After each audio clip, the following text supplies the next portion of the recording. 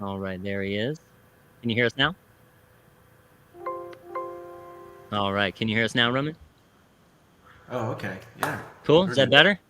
That's good. All Okay. right. All right. Well, let's just restart it. I'll just kick it right at the beginning, okay?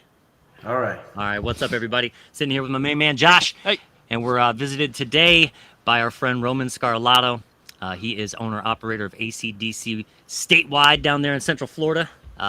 Thanks for being on the show, Roman. We're happy to have you here, man. No, thank you guys. Especially since I wasn't vetted. I could say anything right now Dude, and just say blow you whatever you away. want. The Go, amount of go times I've hard. warned Doug about that. Well, look. It's gonna bite us. I'm just some kind of crazy person. Nah, look, the episode's not live, so. You work with electricity and you live in Florida, you kind of have to be, right? I think so. Yeah, Yeah, yeah. My apprentice is an alligator. Oh, cool. Probably really good for pulling wire. Yeah. So Yeah, as we were awesome. getting started here this morning, we were kind of on a round robin conversation about Angie's List, and or Angie, I think they call it Angie now. Angie, and kind of your take on it, Roman. What are your thoughts on those sorts of services? So, my father and I, we started this company Okay. about 10 years ago, Okay. and we built our business on Angie's List. If you go look us up there, we have, I think, about 100 or more A ratings. We won the Super Service Award for a Wow. while, and it was good. You could go on there. We paid, I believe, around like 200 or so bucks a month, which back when we started, it was during a little bit of a economic downturn. It was Yeah. good. Then the customers, you'll notice they always want a good deal because we're Angie. Wow, oh my gosh, it's like they have some kind of service agreement where they've given you so much work, they expect a discount. But we worked through that. Then when they got bought out, they were steadily raising their prices. They got bought out by, I believe, Home Advisor. Okay. Their whole income structure changed, and they started charging the contractors more and gave free access to Angie's List. I guess members. Clients. Yeah. Yeah. Right. And that's when it changed. You wouldn't be able to advertise, for less than 650, and I had to negotiate them down Hmm. a month, which to some people maybe not that much, but when you're first starting out and you're trying to gain that clientele, $650 a month, that's probably like 25% of your starting payroll for yourself. Yeah, and if you're not getting the return on that, then. Exactly. Right. And we weren't getting the return, and it caused some headache with the individual that was doing the Angie's List work. He would Okay. go estimate him, he would get a cut of that work, and he wasn't making any money, and Okay. it was very sad because they want the key to Angie's List now, I think, is just getting there, like, as soon as you get the request in, Mm-hmm.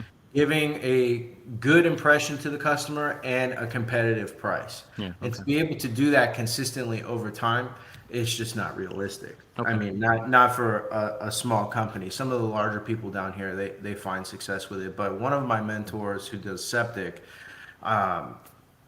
he completely dropped them, and he was big time. I mean, he's been in business for probably over 20 years, and he's known in the community. So Okay.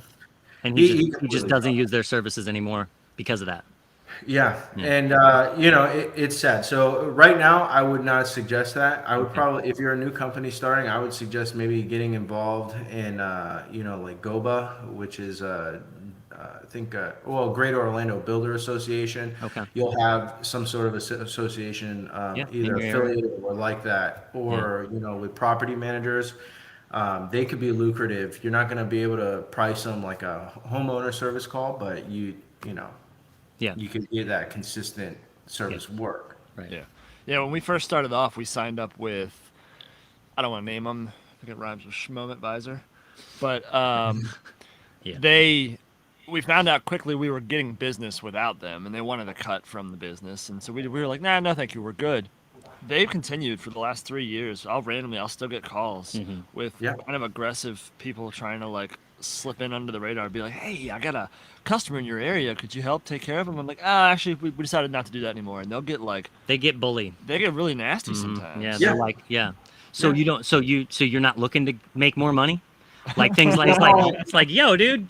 You know what I feel about that? I tell them, I say, one, I had a horrible verbatim. One, Yeah. I had a horrible experience with your company in the past, and two, um, you know, I'm so busy right now, I can't even handle the work that Exactly. I have. Right. So there's no way that and that's the honest truth. I Yeah, mean, for sure.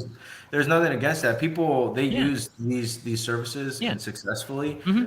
but for me particularly, and I feel my opinion, no defamation, is your small contractor is going to find it hard to succeed with their platform. I think you're right. It's hard to keep up.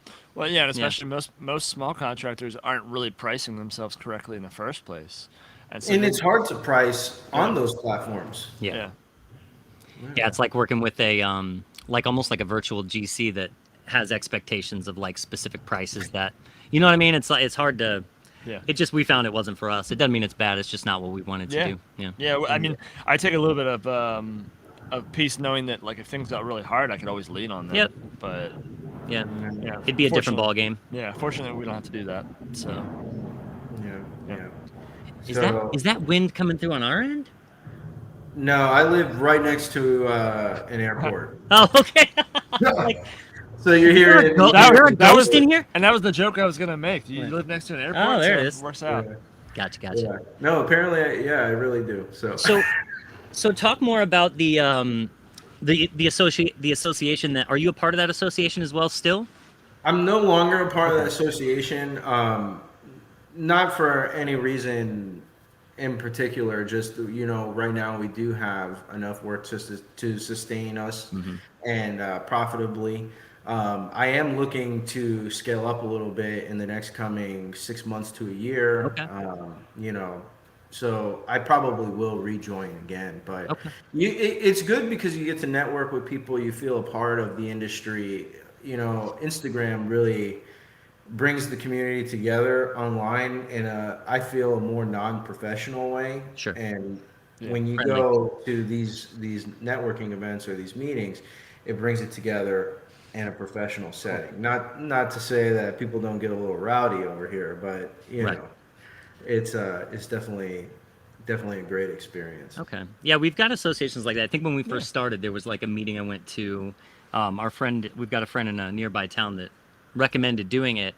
And yeah, I thought it was pretty cool. Like each chapter has different people from different building trades that are kind of the representative for that. At least that's how it works here.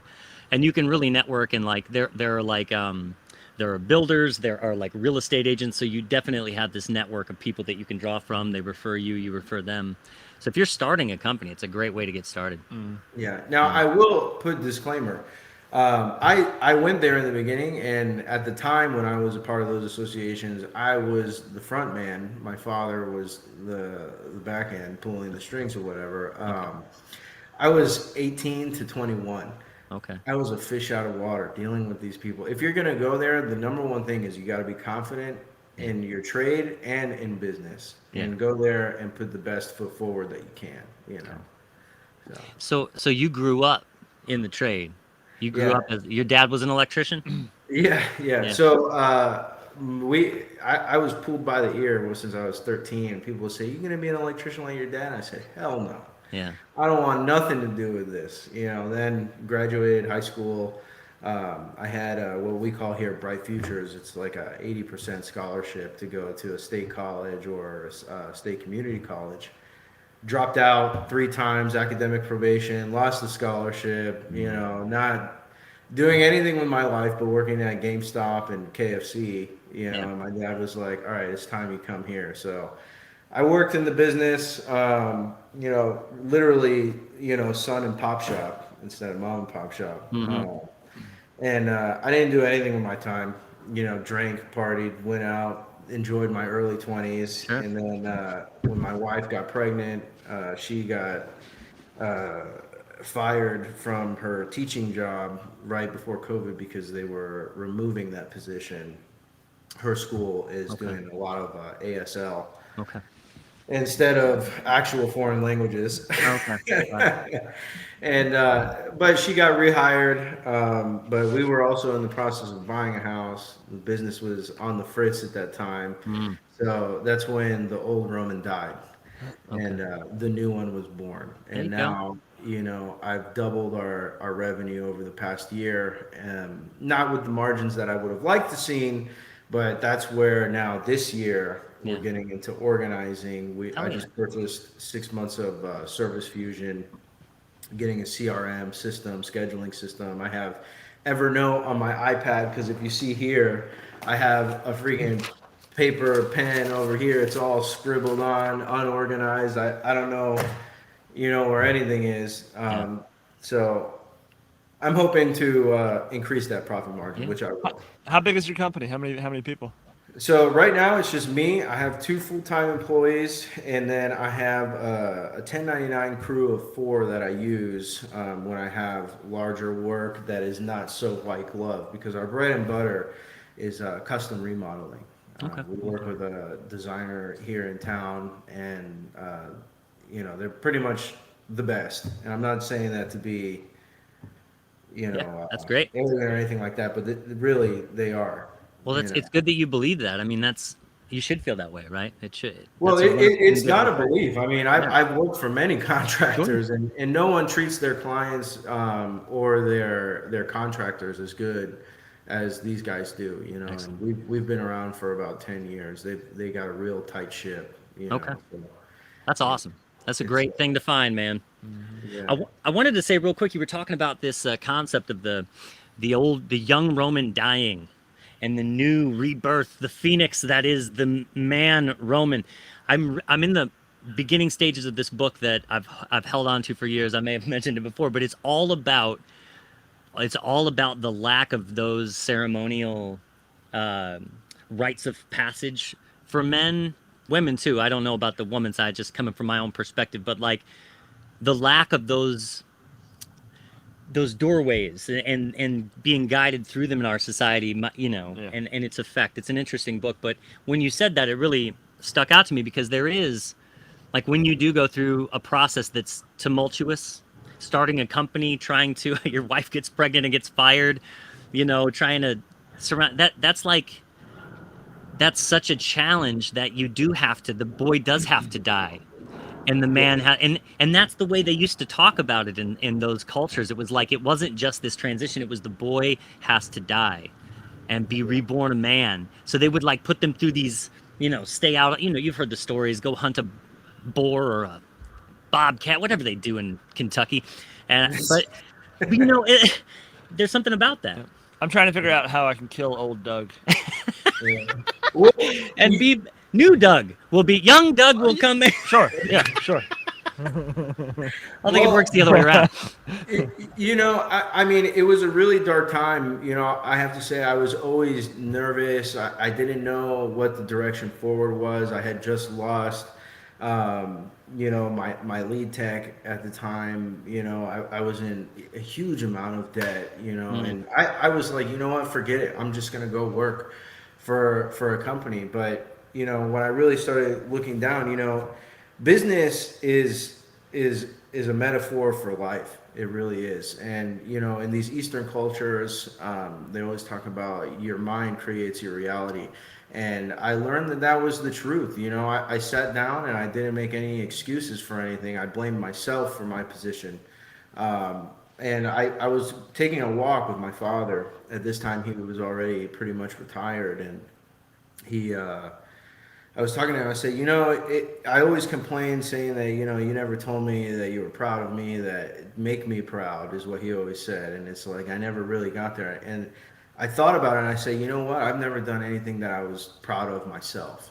And that was more important than anything that an external source could give me is that self pride. So when I learned that, and I just started surrounding myself with all that sort of material. Like I read The Kabbalion, I listened to Eric Thomas, Tony Robbins, I listened to The Greatest Salesman by Og Mandingo I haven't heard that. I read you that one. know, That's cool. got into Hermeticism, reading the Bible, like anything that I could self-improve myself with, I really started, getting into that. And I don't think I'd be able to double our revenue in a year if it weren't that, I took charge of my own situation. And, there's one book, The Harder You Work, the luckier you get. I love that. It's the truth. When you put yourself forward and you work hard, other opportunities come in. It's absolutely true. Yeah, Yeah. it really is. Everything falls in line. There's no rhyme or reason, but you got to show up. Yeah, I agree with that. I think it's all moving in that direction. You just got to be the one. You just have to choose to do that. Like you said. Well, that's the choose part is what, so in terms of sacrificing the boy dying or old Doug dying, it's gonna happen. It's gonna happen. It's what it really is it reflects sacrifice. So you have to. The reason the boy can't just go sit in a corner while the man emerges is something has to die. You have to give up on something. Everything's a trade for a trade. You have to go through something where your boy approach doesn't solve the problem. Do you know what I mean? It's full commitment. That's right. You have to like you're saying, taking full responsibility of your situation. A boy wouldn't do that. A man would. And the reason that's good is because we've said it on this show before. Like, when you take responsibility, you can change it. You're in charge of changing. That's not somebody, like you're saying with your dad giving you this outside, hey, I'm proud of you. It has to come from inside. You have to be proud of yourself. Yeah. Yeah. And the sacrifice is there. I wake up at 4 a.m. and I work, minimum until 5, but most of the time it's more like 6 or 7. Yeah. I don't see my son as much as I would like to. My wife and I don't get alone time together, especially with a second kid on the way. Well, that's going to be gone in a heartbeat. Sure. But, I'm making that sacrifice. So in the future, I could build something that I could be proud of and that, my kids could learn from. I feel like a lot of the problem with children, not that I'm any expert because my son is only 2. That's how long I've kept him alive. That's good. You're doing great. Is they really learn from what you show them. Mm-hmm. And if you show them, you come home and you put TV on, or you come home and, you do whatever, and you're always, oh, we're going to go here, we're going to go there. You're not teaching them that sacrifice breeds prosperity, or well-being. So that's a huge thing for me. Part of what the Kabbalion says in one of your previous podcasts, you were talking with somebody on mental health that you need a break and stuff like that. And I do believe in that. But the kind of break that you get seems to be a little bit too cushy for my liking in most modern scenarios. The Kabbalion talks about how to manage your mind and your overall energy to not swing so far to the negative on the pendulum, but even when stuff is bad, you're in the middle or leaning towards the positive. And I feel like creating a mentality or character, or however you want to say it, where you can maintain your sanity in trying times is the key to actually being successful. When you see these elite level people, there are some that are so blown to the negative side, but then you meet people who have so much going on, so much turmoil in their life, and they always seem to be, okay, and they're fine, and you get a sense that even behind closed doors, they're at that point. You know? It's a very stoic principle. It's like staying grounded, staying in the middle, not allowing your emotions to overcome you, overtake you. Takes practice, and it also takes hardship. I feel like you're saying, the people who have, they seem okay in the midst of chaos is probably just because they're battle tested, and it comes from going through hard things. It's like you can't get tough by not being hammered. It's the David Goggins, the way he talks about making a sword is hilarious to me. I just finished listening to both of his books. Okay, cool. Can't Hear Me and Never Finished. I love them both. Did you listen to both, or did you read both? No, listen, I can't read. I'm illiterate. I only know how to read blueprints. That's all you need, man. That's all you need. Numbers and blueprints. Yeah. Listening to his books are better anyways, like the Matthew McConaughey book we listened to, because Goggins is hilarious. He's the one reading it. Yeah. But then he does the like podcast side where he talks to his mom in this one, which is really heavy That was and like very impactful. Yeah. yeah, it was. Just their struggle that they went together. It's no wonder he's who he is because of the trauma that he experienced, you know. It's like you've got to develop some sort of mindset. And say what you will about somebody like him who, you know, I talk to a lot of people who are like, that guy's crazy and blah, blah, blah. And he probably by all rights technically is. But man, when I need him, he's always right there telling me I'm being a bitch. And I sometimes that's what I need to hear. Yeah. And you know, not to take anything away, I know, you know, your mental health is very important. I don't put anybody down. If that's what you need, go for it. But I find personally I have more strength in the, you know, push through it and get through it. You know, I find that more empowering. Yeah. To not take that time and to just keep hammering through, you know. Yeah. Well, maybe I'm doing something and crying while I'm doing it, but is our electrician crying right now? He always does. This is how he gets it out. He puts up a ceiling fixture and he weeps a little bit. I mean, what it really illustrates is how people handle things differently. Yeah, it's like right. that's what should really be. It's like it's not all or nothing. Yeah, right. You know. Yep. When I try and push through some stuff, I mean, I could physically do it, but I'm breaking light fixtures and I'm costing more money than it's worth. Yeah. So it's great to be able to run through an injury, but if you end up with broken legs, like Goggins runs and he breaks both his feet, and that's great. But like, it's great. You know, I would not be able to succeed running with broken feet.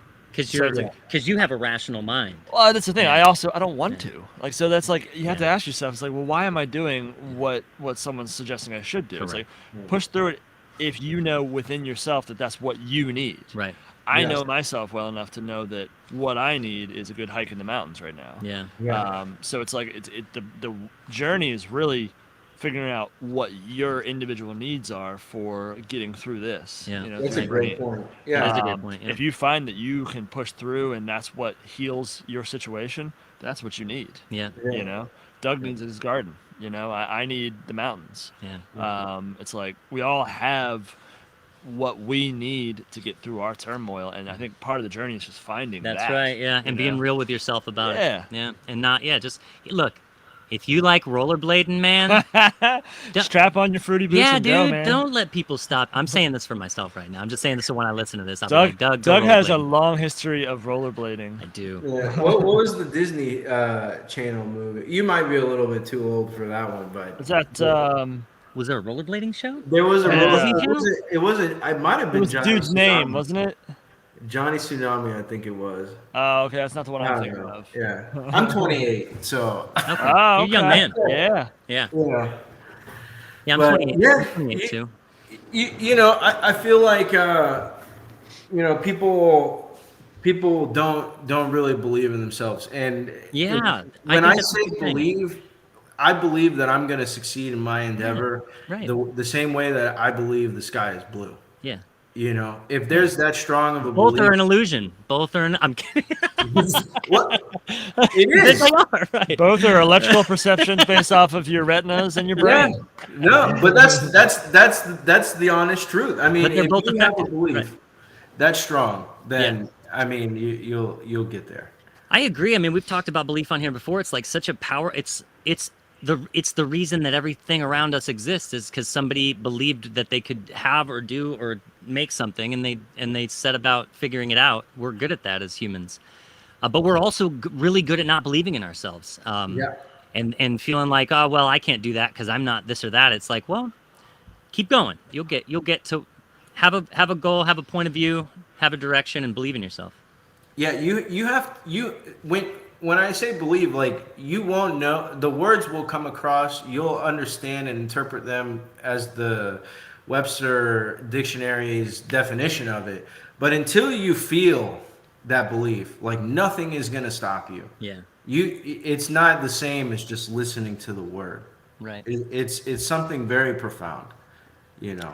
Well, I think that it's also a thing that like you have to really allow yourself, even if you're not even if you're not equipped to do the thing that you're believing you're gonna do. Like I think it was Martin Luther King's quote was like, belief is taking the first step even when you can't see the rest of the staircase. Yeah. It's because the reason that we do that is because that staircase is what's in between us and our goals, and so you either are gonna not trust that those stairs are there for the rest of your life, or you're just gonna start stepping. And you learn as you go up the stairs the things you need to get to the other side, and it just takes going. As MLK said, get stepping. The MLK did say, "Get to stepping." Yeah. And the steps are not there until you take the step, and then it just appears right there. Right. And then That's your right. foot lands right in front of it. It's so true. You know, like that's how it is. You know, It's I so mean, true. Yep. you know, things line up when you put yourself out there. I think so too. And when you make yourself available, like in whatever means that is, like if you're trying to learn something, Show up. You got to show up. And I'll even just like when I'm trying to learn something, as we do here, I just talk to everybody about the thing I'm obsessed about until I learn about it inside and out. You know, that's how I learn. And you know, it's a good thing there are other people out there. That's why I just keep gravitating toward all you guys. It's like, give me more. Feed me. So what do you see for the future of your company? I mean, you said you're scaling up. How big do you want to get? 3 crews. I think 3 crews is perfect. Cool. If I could make the margins with 3 crews, then I'll just start investing in other things, rental properties, mutual funds, Podcasts. You know, angel investing in the modern electrician podcast. Yes. You know, but yeah, I mean, my overall goal is to just have 3 crews, you know, and work kind of like artisanal way, you know. I mean, I once thought that I wanted to do high-rise buildings and this and that, and you know, managing, you know, 1 crew myself and then the 1099s over there, you know, I don't want that. Yeah. You know, that's too much. You It's a know, lot. you're talking about managing X amount of dollars just for whatever sake. Let's say you're managing, you know, 10, 20 grand in your bank account. Imagine managing millions, which is what it takes to build a high rise. Yeah. You know, that's a lot of stress because something goes under. That's a lot of money you got to come up with. Yeah. You know, No so thanks. it's it goes back again to the belief. You know, like you live in a certain tier, I guess you could say, of business, and you're comfortable there, and you kind of think like, okay, this is no, you know, the world is vast. You know how many billionaires there are? There's a lot more billionaires than you think. There's a ton more 100 millionaires than you think. There's a huge number of 10 millionaires. There's an amazing number of millionaires. Yeah. You know, nowadays where $100 is the new friggin' $20. Yeah. You know, it's crazy, and people don't like to talk about money. Like my wife, she's like, money is the root of all evil. I'm like, no, it's not. You know, the man is the root of all evil. You know? So Yes, human beings for sure.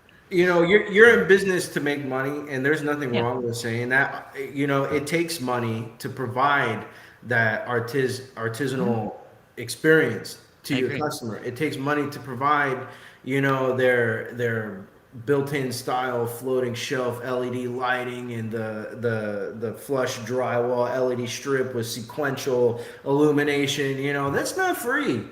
Correct. And if you can't afford to hire the people that are qualified to install that, then you can't provide that experience to your customer.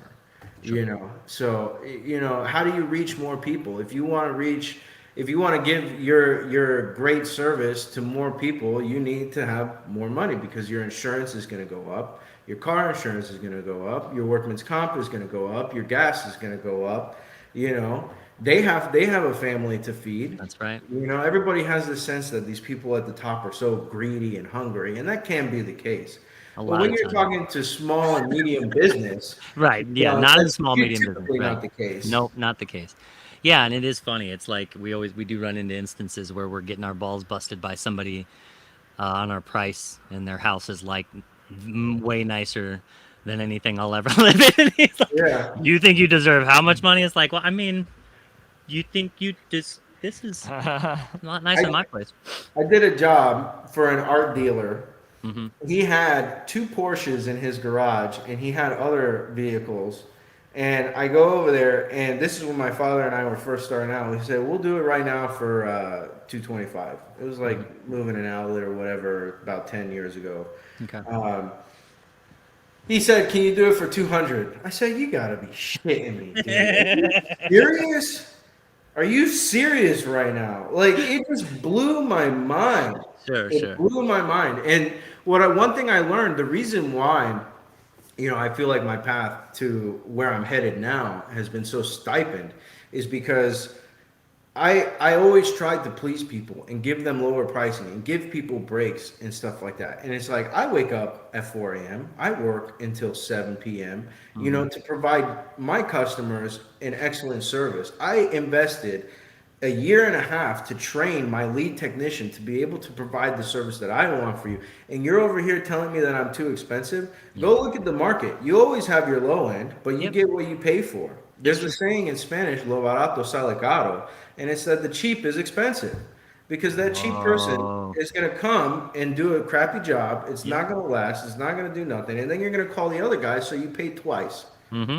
You know? Yeah, and sometimes sometimes it's not. We had one last week that I went to troubleshoot. It was a guy bought a house, and as they do in this market, as like there's somebody selling a home that hasn't been renovated in since the 50s, they'll do a quick reno, or they'll hire a friend, or they'll as fast as they can, quick as they can, put lights in, put outlets in, and just ran into an instance where this guy calls me over because somebody pointed out that he had both 14 gauge and 12 gauge conductors on a 20 amp circuit. So, I mean, it took me the better part of a half a day to pull everything apart, source out what was going on. It ended up being 1 3-wire in between the two circuits that was messing things up. The neutral was paired to everybody. And, it's just things like that where that guy didn't, by purchasing that house, he's assuming that all of those things were done properly, right? And I just bought this house, it got past inspection,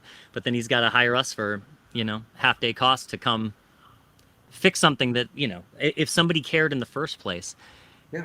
it wouldn't be a problem. So and that is what you get when you save money, is you get somebody who just doesn't care, or they don't take the time to fix Or they're something not that a you real can get away just electrician. putting it under one breaker. Yeah, they're not a real electrician. There's a difference between somebody who could get in there and make it work and somebody who does the right job. A lot of people out there, I'm sorry to say, are not a real electrician.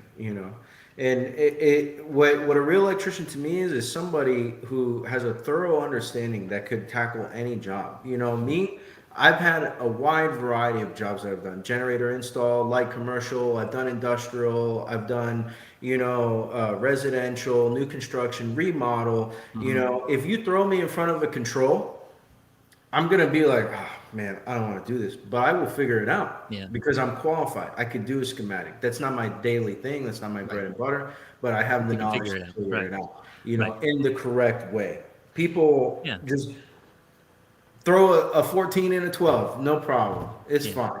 And they say, no, it's in the code book. Look at this. They go to the first table, where 14 says 20, 25 amps that it could hold. Yeah.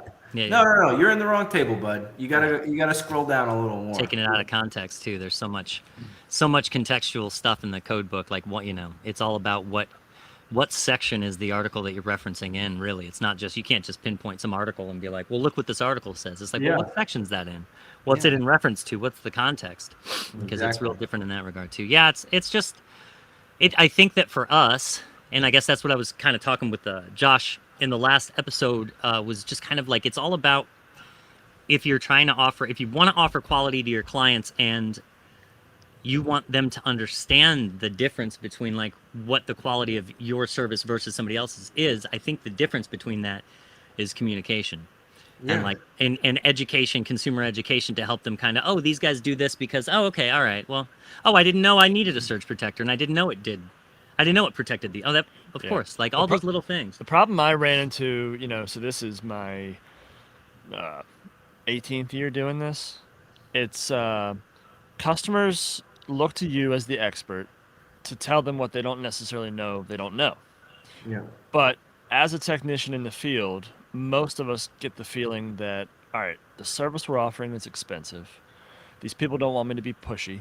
They don't want me to push anything on them that they don't need. Yeah. So as a result, we tend to keep stuff to ourselves that might be worth pointing out. Most customers want to be educated, even if they choose not to take you up on that service that day. Mm-hmm. They respect the fact that you're like, hey, I don't know if you're aware of this, but these these wires sticking out of this junction box, that's dangerous. That's a fire hazard. Mm-hmm. You don't have to fix it today. I can't make you spend your money, but watch out for this, this, and this. Mm-hmm. And sometimes just the fact that you're willing to explain something to a customer and they don't feel like you're trying to sell them, that goes a long way. And so making videos on your website, if you're in business for yourself, small business, making videos on your website that might give a customer some free knowledge. Now they might go off and try and do something themselves, which none of us really want. But at the same time, they might in that same breath see how tricky it can be to do themselves and how open you are to explain stuff to them. They feel educated on it. They feel like they know what they're talking about. And they're like, let's hire that guy. Yeah, let's have them come in because they were willing to explain it to me for free. Yeah. And we see how they do things. They look legit. They look, They're handsome. They're good looking. You know? Slightly handsome. A little bit old. A little on the old side, but we can get past that. Solid probably. 5.5. Solid 5.5. A couple of fives. What's 2 5s? That's all I'm gonna say. What's 2 5s together? Yep. Yeah. Well, that's the same approach that I take, and people do appreciate that. And what we have as a small business, if people are a small business and running right, they don't think that they could pick and choose. But picking and choosing is the most important thing. If you could afford as a small business to sit back for a couple of days. Yep. Now if you don't have work for weeks, then okay, maybe start doing something. But if you have work and you got a little bit of money in the coffer, pick your clients. Don't feel pressured by people because people are not dumb. These people are smart. They bring you in and say, oh, it's so expensive, blah, blah, blah. And if you give way, you seem like you're bending a little bit, they're going to put the stake in you, and then you end up on a job where you're not making any money. I know. That's not happy. And you miss all 10 other opportunities because you're on their freaking bad project. You don't want to my approach is essentially the Forrest Gump, doing the right thing but playing dumb kind of, it's like when someone wants to negotiate prices, it's not in my mind because we hold firm to our prices. So it's like, oh, okay, yeah, no worries. Well, let me get my stuff. I'll head out. Yeah. So it's like this polite level of like, no, well, we don't do that. But it's not a service we offer. Yeah, it's something we say. do, Yeah, we don't. But, we don't offer that service. Or if they want it cheaper, it's like, well, okay, yeah. I mean, we could take the dimmer out. We could. Yeah. So it's like I'm not going to lower my price without lowering what I'm offering. Mm-hmm. Quality doesn't falter. We'll take the dimmer out, and here's what we're gonna do. We're gonna put a wire nut between the switch leg and the hot, and then whenever you want to turn it off, you unscrew it. When you want to turn it back on, you put it back on. Yeah.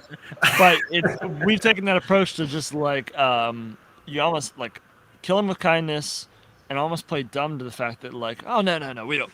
I'm not even kind anymore. I'll be on. Well, not that I'm rude, but I'll tell them, be like, I'm sorry, we're not the cheapest, we're not the most expensive. You could shop around. I tell them that. But the reality is, you'd be surprised. That is kind. Yeah. Because that's what I'm saying. It's like a lot of these guys out here get defensive over their prices. Mm-hmm. And it's like, then it gets into a nasty back and forth, and all of a sudden now your reputation's getting hurt. Yeah. It's a waste of time, waste of energy, waste of money. Yeah. And it hurts your reputation. Right. Yeah. Being kind and firm is even when a customer says no, they're like, they respect it. Mm-hmm. They may not say it at that time, but they respect it. Yeah. Whereas if you get into this back and forth waste of time with them, all of a sudden now you're getting bad reviews for work you didn't even do. Yeah. It's horrible. And that's another thing too. Let's say you go into this house and they're wanting to cut corners, and you decided, okay, I'm going to come down on the price. And then you're trying to find ways to maybe, hey, this is not in the scope and da da da da da. And then something goes wrong and they're blaming you. Then you're going back and it's a warranty call and it's not a warranty call. Yep. If you Don't go on do my it. Google page, you'll see my only 1-star review. Okay. It was from oh man, this is a bad client. But regardless, my response to them on there was very telling. Okay. And I've actually gotten work from people, and they say, I read that review, and I Yeah. read your response, Yeah. and I decided to hire you. Well, that's the thing that a lot of folks don't recognize about reviews, especially on Google, is that you can respond to them. Yeah. And it kind of, which is wonderful because it gives you an opportunity as an organization to just at least either state publicly your response, how that went. Well, we did, remember we did mention that we would be willing to do this or that and blah blah blah. Yeah. So Well, best of luck. And most Yeah. of the time, when you go on and you read reviews, and there's one bad one, whether it's a product or a company, and you go to read that review, and it's like paragraphs long. Most people reading that know that customer's probably the problem. Usually. It's like when there's a 200 great reviews and then there's one bad one and it's just like 3 paragraph long thing. It's like, oh goodness. Yeah. Mine is not like that.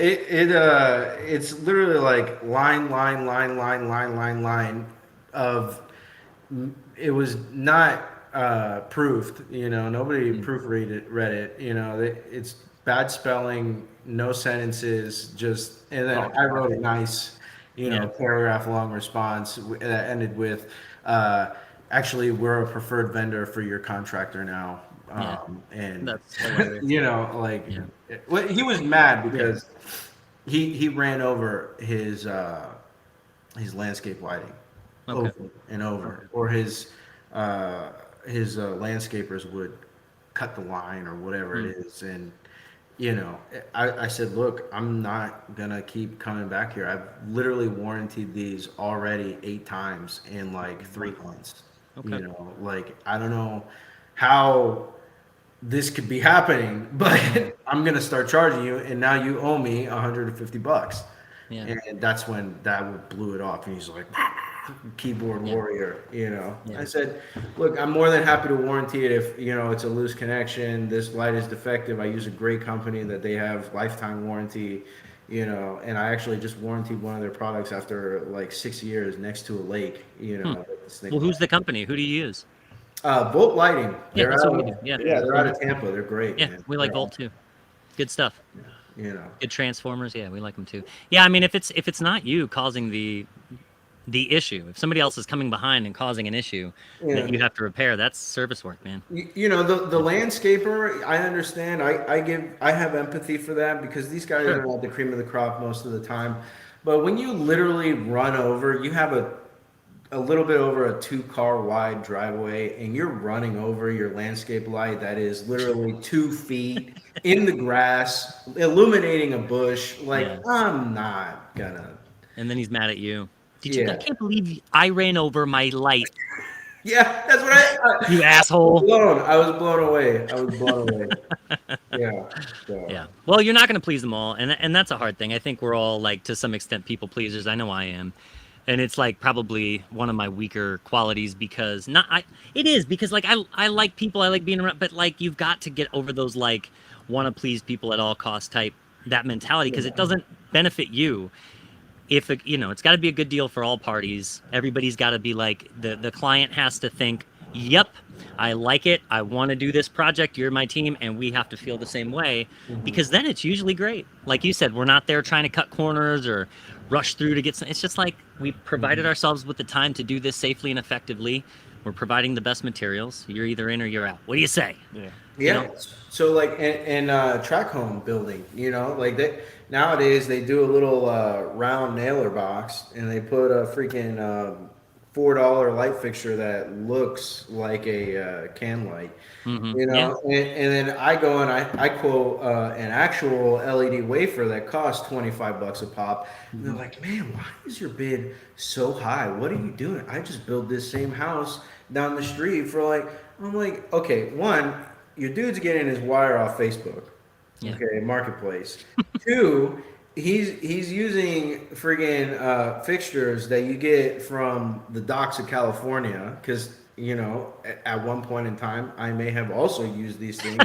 I From may the have docks of frequented. California that don't work, and they short out, not short out, I apologize. They burn out quickly, and you're using freaking lights from Amazon that are $4 a pop. Like, I'm not gonna put that in Yeah. anybody's house. I've done that in the past, and there's nothing wrong with it. It's not the Romex from Marketplace. I haven't done that. That's 100%. That's looking for some sort of police intervention. But I've done the UL listed equipment from the docks of California, and I'm not gonna do it anymore. Yeah. And I haven't done it for many years. It's just a pain in the butt on the back end. It's like you said, the cheap is expensive, right? It's like, Yeah. I don't want to put cheap devices in because I don't want your house to catch fire. I don't want to install cheap lights because I don't want to have to come warranty something that I knew wasn't going to last very long. Yeah. And So we try to lead with that. We try to communicate that too. Like, that's part of the terms of service, is like answering questions on our website on the frequently asked questions page too. Like, can we provide our own materials? Typically, no. Yeah, unless it's a decorative fixture. Yeah. Everything else is us. Yeah. I don't mind them getting the materials, but I'm very upfront with them. I'm like, okay, anytime that I leave to get something that you didn't know I needed or I forgot I needed, and you're going to be providing, wire nuts, staples, screws, like it becomes a hassle. If they then still keep going, then I'm going to be like, okay, well, I'm going to write a markup on my labor. Like, I'm not going to, because I already know what's coming. You have customers that try and provide wire nuts and screws? No, they Okay, never go there. So Okay, I was like, wow. What I'll They say like is, follow you around holding the staples in their hand for you. It's like, Yeah, go away. I'll tell them, look, I'm going to charge you more on my labor because you got screws, wire nuts, duct seal, you got little coupling that you don't know I need, and I have it on the truck ready to go, like. And I'm banking on making a markup on my material, and you're trying to take that away from me. So I'm just going to charge you in another way. It's the same thing. So just let me buy whatever. What it is you got trunk slammers that they're not licensed. They got somebody that pulls a permit for them. And they're like, yeah, sure, you can buy the material, and they're okay to run around all over the place. I got in my customer database, I have over 1,000 customers. Yeah. Like, I don't have time to deal with you. I need this piece. I gotta go get it, and back and forth. I've already been through those paces. Sure. Agreed. Feel the same way. It's just a hassle, and it's not a good experience, I think, all around. I think, if we can try our best to curate the experience for you, I think it's just better at the end. Yeah, I mean, it's something we've talked about before in the podcast, but it's about setting boundaries within your company, knowing what you will and won't do. Yeah. And just being unapologetic about the delivery of it. It's like, look, we just don't offer that service. We don't do that. We have people that reach out that say, hey, can we can I do wiring and then just have you come in and sign off on it? It's like, no. I mean, you can. I'm sure you'll find somebody, but if you we're call not around, somebody will do it. But we're not going. Well, they promote that on like these DIY videos, like, oh yeah, do it all yourself, and then hire an electrician to come for an hour and inspect it. Like, yeah, we had a DIY podcast reach out recently, and they seemed like a really cool podcast. I can't remember the name of them, but they reached out and asked if I would be on. Josh and I come talk about like some home projects, and I think they wanted me to answer some questions to. And I just was like, I don't feel comfortable, man, because like it's a DIY podcast, and like I can't be the master electrician saying, here's how to make sense of a 4-wire 240-volt dry range outlet when somebody's going to take that information and go kill themselves. I can't be liable for that. Because that's the thing. Yeah. Go ahead. Well, I'm sorry. We basically, like, as a rule, that's what we say is like, look, I know there's plenty of handy people out there. My stepdad's one of them. I have family members that do their own wiring. They don't ask me if I approve, and I don't say anything. It's like we have a spoken agreement. But as a master electrician, my rule of thumb is hire a qualified electrician. Yeah.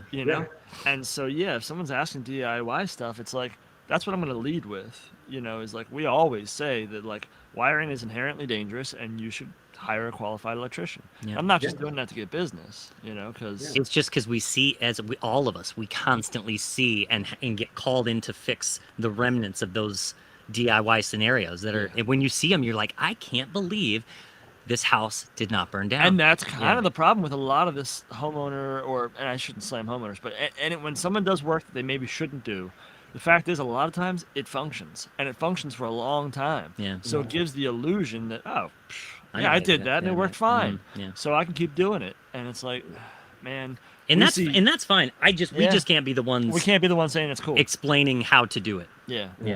I saw a DIY video. These guys, they freaking what was it? Oh, they backstab receptacles. Yeah.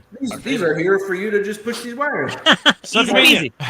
My brand new helper that I just brought on, he's pretty good, but he came from like the track home side, and I saw him backstabbing a receptacle. Did you stab him in the actual back with a screwdriver? No, with a sharp piece of copper. And I told him, I said, look, how many of those did you do like that? All of them. Go back and change them all. And I said, put it around the screw. Yeah. And it's not that that's wrong, because it is listed for that, but we provide that extra quality. That's correct. That where you get it around the screw. Yeah, and there's lots of debates. I love in the electrical community, everybody's, look, there's a million ways to skin a cat, right? Like you can do a lot of things. So it's just funny to me, the little nuanced things that cause such a disruption in the force, like the the backstab, because the backstabbing, it is fully legal. It shouldn't be. It's listed, it's legal. There's nothing, you can do that. And so the people who argue that that's fine are correct.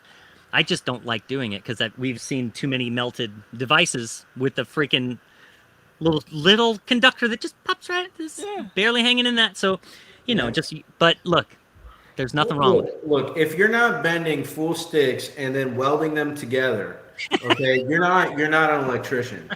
If you use any sort of coupling or prefab fitting, just quit. Throw it in. It is. Well, I love it. I love there's electricians online are like the funniest.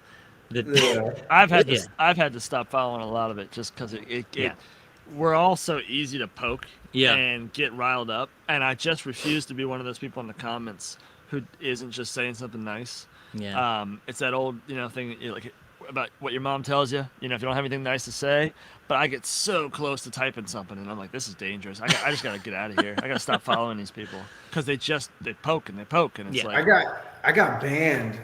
What was it? There was like a live or something, and I said like, this is cutthroat, And then I got suspended for a little bit. I was like, I never post anything. You could see I'm empty on my page, and friggin' banned already. And then you got people over here up and down talking shit, and they're just free willy across all pages, you know.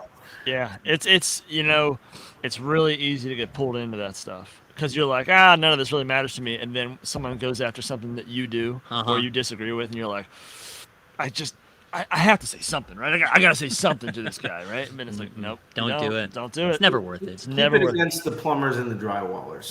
That's it, man. Fuck those guys. Fighting is no good. I'm kidding. I love you guys. You guys are great. I'm just teasing. No, I have a plumber who's another mentor of mine, cool. So I get along with him, but I'll always talk a little bit. Yeah, I mean, look, that's part of the beauty of the trades too, is we're all like fucking knuckleheads. So like we get a bunch of us in a room together, and all we're gonna do is bust each other's balls to start. So that's kind of our nature. So it's no surprise that the lost in translation texting back and forth and comment section type stuff goes haywire. And that's the difference. It's like on a job site, you can talk to somebody about them backstabbing something, and you guys can have your back and forth about it. But like when that person's 10,000 miles away, and you see their selected pictures of themselves, it's like it's a different. It's just a different. It's not how we're meant to interact. Yeah. And it's especially weird. When your comment is hack. You just say hack. Hashtag hack. Wouldn't pass where I live. I don't know why they got so mad. No, it's bad when somebody's talking shit on fucking Illuminati's post, dude. And when you got someone saying something, I'm like, oh, dude. I was like, come on, man. Go away. I was like, Also, you need to stop. Well, also when you chat with him too, he's just Illuminati. He's just the nicest dude. He's just such a nice guy. So it's like I hate, that's the other thing is like it is But such a man, I've said yeah. it since the beginning. When you post a picture of your work, yeah. all you are doing, and his work is incredible. All you are doing is painting a target on yourself. Yeah. There's somebody out there who's gonna find something that they wouldn't otherwise find a problem with it, but because you posted it, now they're like, "Oh, this guy thinks he's good, huh? This guy thinks he's the guy. Let me find something." Well, he deserves it because his shit is all photoshopped anyway. And filters. He's got filters on his wires. He's built an app that makes every panel look like his first panel. I want that. I want to download that app. Send it my way. Illuminati app. Make your electrical panel look like, and then you just show that to the inspector. You just turn on the filter. It's like that translate app. Just hold it over. These guys are good. No. Look at it with these glasses. Yeah, on. That's right.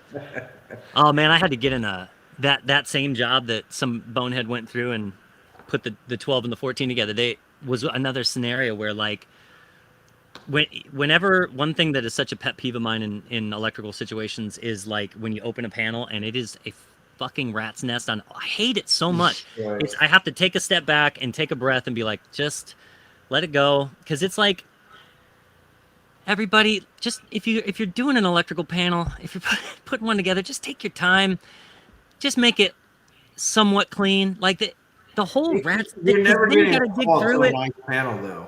Yeah. You're never getting a call to a nice panel. Unless you're doing a remodel and you need more spaces, it's never a nice panel. Those rat's nests, it's like then you've got to find the circuit in question and then you got to dig through. It's just terrible. It's like, who are these people? You know what I hate? I hate they used to do this a lot in these track homes. They would like twist all the way to the connector, the freaking grounding wire, and then put it in the leg. And it's like you couldn't just make it flat.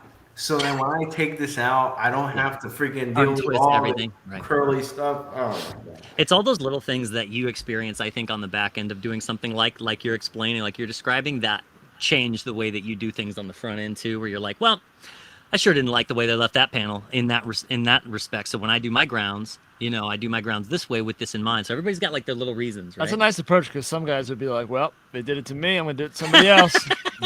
Here comes the twist. But never seen those like the DIY websites where they're like, the best way to manage your wires is to take two of them and put them in the end of your drill and tighten it, and then pull the trigger until it winds it all the way up. I'm like, I was just about to say that. Well, like with the pre-twisting, the wire nuts are rated to not be pre-twisted. Depending on the situation I'm in, I won't pre-twist because I know if I ever have to go back to that, it's going to be a freaking pain in the ass. That is where I'm going to draw the line. I am with disagreeing. you, yeah. But that's another one, right? Stab locks are rated too, so it's there's so many things that we can. Yeah, I can't tell you how many connections I have wire nutted, taken the wire nut off, and they separate and arc because they weren't pre-twisted or melted wire nuts. Mm-hmm. I've never seen that. I personally have never seen it. So I'll only do it if it's like 2 or 3 14s in a single game switch box or something like that. If it's a receptacle, I pre-twist. It's situational for me. You know where I do it? I'll do it sometimes in situations where I've got stranded wire, maybe like lamp wire or something like that. You just set it up nice. Anytime that's twisted on, you're like, what's wrong with somebody? I think I've told this story before, but I used to work with this dude who would take the time. He had been in the trade longer than me, and he would every time we worked together, he would take the time to show me how to do what I was doing worse. In my opinion, like he would, no matter what I was doing, he'd be like, "Hey, I was taking the time to like bring my grounds into a panel, and he was working next to me. We were like putting in a generator, changing, separating all grounds and neutral. So I'm over here like one at a time, making the grounds look nice and like making it clean. And he's like, hey man, watch this. Unscrews everything, rips them out like a dang baboon would, and he just like puts them in the. He's like, the new ground done. And you're right, that does work too. But man, that looks like crap. And now you're just gonna stand here while I do mine and waste that. Just take your time. Anyway, but that's just me. Look. But see what that illustrates, even just the wire nuts, right? Yeah. It's like what it illustrates is that, everyone has their way of doing it. That's right. Everyone has a preference. It's just that once you start going on social media and saying this is the way, that's when people are like, "Fuck you." Nope, you lost me. Yep. It's like you know, it's. I do love the arguments for not pre. I have heard some hilarious arguments for not pre-twisting. There was a guy who broke down in one comment section. He was like, he basically calculated how many seconds it takes per pre-twist and how many boxes he's tying in that day and how many minutes that would take that he saved himself. I'd love to see a video, like a side by side shot of you like twisting wires in like a house burning down next to it or something like. Well, I mean, it's people. We struck a chord with Roman. Here's the thing: is people don't always know how to pre-twist. One, my father, he taught me. He said, "Look, you get the wires all together, you twist and pull at the same time, so it makes a nice cylindrical barrel of wires. One of them doesn't wrap around the other." That's right. I had to train one of my guys, man. I was like, "You're pre-twisting, and your junctions are falling apart, dude." Yeah. I was like, "You need to do it like this and pre-twist properly." And I've seen so many videos of people like, "Oh, pre-twist all day," and it's like they got one wire that looks like they took it and wrapped like around. I'm like, that's not a pre-twist, bro. Dude, so what you just touched on is probably one of the most important parts, and Doug says it all the time. There's a difference between knowing how to do something and the execution. Yeah. So, you tell a homeowner to pre-twist, it's probably going to go pretty bad. So that's honestly why that's why Ideals comes up with wiring nuts that you don't have to pre-twist. Yeah, right. The reality is, when you talk about earlier, well, a real electrician is to me. It's like, well, to me, a real electrician is someone who can make a pair of Kleins in one hand look like magic. Yeah. Because that's the other thing. You get someone who's green to the trade and you show them how to use a pair of pliers one-handed. Yeah. That takes 2 days on itself. It does. It's like they're out there, doing this and trying to twist wires. It's like You're fired. But like I remember trying to show a guy how to. I did a pre-twist, a cut, and stripped out the wires, all of my pliers, and I put the wire nut on. He goes, "Whoa." And it's like I had been doing it so long that I didn't realize it comes so second nature to someone who does it every day, all day. The repetition. But it's like that's one of the you got to start it sometimes at the basics, the wax on, wax off of like how to do this. And sometimes when I'm in a groove, if you ever play like Red Dead and they flip their gun around, I'm flipping these clients. Get out of the holster, I look like whatever, and I'm not even thinking about it. It's just what I'm doing because that's the quickest way to get them in the right position. I pull them up and then flip them into my hand and grab them. I think we're gonna have to see a Instagram video of that happening probably in the next week or so. Well, I'm not in the field as much anymore. You can use pliers in your office. Look, I'm sure you got something you need those pliers for right out of that chair. Let me see. I don't even have a. You don't keep them right there to like staple papers together. There you go. These are scissors. But I mean, look. Everybody's got their own method and means. That's as right. long as it's safe and it's the code. Yeah, man. Do you. My point is, I don't like it when people then go on to social media and say, this is the only way. This is the way, and anybody else is terrible. It's that's like right. that's what you gotta leave at the door. Yeah. They're either not an electrician or they're union. Oh, he's sparking another debate. Oh goodness, man, we don't have another hour. Let me tell you something. Unions are strong up north. Here in Florida, no. Okay. They're the union Florida guy. doesn't seem like the type of place. I had a guy. He moved down here from Florida. He was looking for a job. He called in, and I asked people. I said, "How much you looking to make?" "Oh, I don't know. Maybe like $45, $50. He's from New York." I was like, "Ain't gonna happen, bro. Ain't gonna happen." I was like, "I don't even make $50 an hour. Get the hell out of here." And it's like, I would pay somebody $30, $35 an hour if they did all the paperwork associated. They took track of everything. They could run the job, material list, pick up the material in the morning, get the jobs done on time. You're worth it. Yeah, you make me money, I'm gonna give you money and treat you right. That's right. You're a union guy from New York. I know you're gonna be like, I need a break. I need an hour lunch break, and then 2 smoke breaks, and then Oh man, I the need union you to guys. do Any They're gonna union, come any for you, union man. people right Oh. now are just through their honey bun across the interior of their vehicle. I'm sure Whoever's they're sitting in the union work guys. truck with them just got a honey bun in the face. I'm sure there are union guys that are great, but the Of course. ones that I've had experience with, and I'm not saying this is everybody, but the ones I've had experience, they know everything. Yeah. They want way too much money. They work slow, Hmm. and it's just not lucrative. Not here in Florida, anyway. Somewhere It's else. definitely a different model. Yeah, I think it's definitely. Talking to people though, like Bob from Montreal was on a couple episodes ago, and he said that everybody in Ontario, they're all unionized, right? So there Yeah. isn't a company that isn't union. Even the small independent outfitters, independent companies, they're all union. So it's like it would be interesting to get his take on like that approach, because I think we do see that in the States, that there's this tempo difference and everything difference between like independent companies and union companies. The good part of that is that you standardize pricing. Yeah. But then that takes away the competitive factor Right. of it. But I have a biased opinion on the unions because my father was in the union, Okay. and they did him dirty, Okay. real dirty when no. the '08 crash came. So Okay. look, I'm all for having health insurance and giving you 401k and treating you like a human being. Absolutely. And I want to create that culture in my company, but I'm not for, like I have a mentality and I'm looking for like-minded individuals that, like we were talking earlier, push through, work hard, be the best you could be. Like that's the tempo that I'm setting. Yep. And in the union, it's Some of that's out of your control. yeah, it's like, my guy Alex, I tag him in a few posts.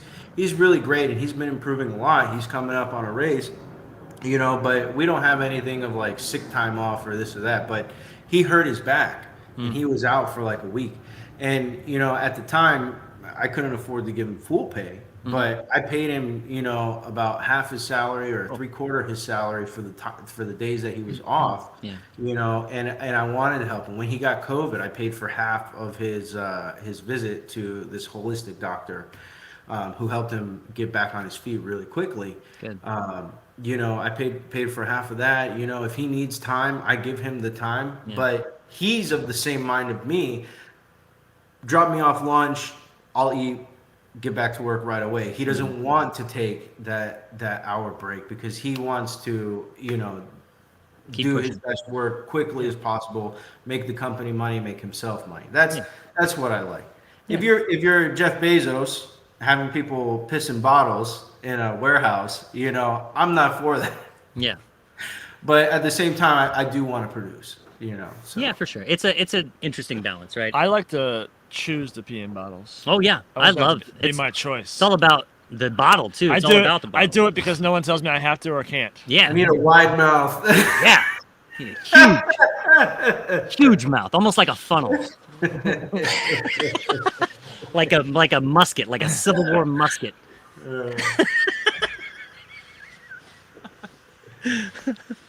Oh, Roman, thanks so much, man. Look, we really appreciate your time. Yeah. Yeah, No problem, it's man. been Thank you, awesome guys. talking to you and getting to know you a little bit, man. It's sometimes you just never know who's on the other end of that social media feed till you get chatting with them. It's been fun I talking. wasn't vetted at all. I could have. Yeah, we're glad that worked out, man. Yeah, no doubt. Where can people find you aside from ACDC Statewide on Instagram? Well, if you're not a customer, don't come find me. I love it. Yeah, I love it. If you're the wrong customer, don't find yeah, me. that's right. That's wonderful. But yeah, no, go on my Instagram, say what's up. I'm gonna try and be more active on there, and put out some more content. Like we were saying earlier, I really like giving the customer the impression of what's gonna happen there. So Yeah, totally. look forward to that. But, Cool, man. Well, we appreciate your insight, all your knowledge, and your take on everything. So, man, thanks so much. And we're probably gonna launch this one tomorrow. Oh wow. Tomorrow morning.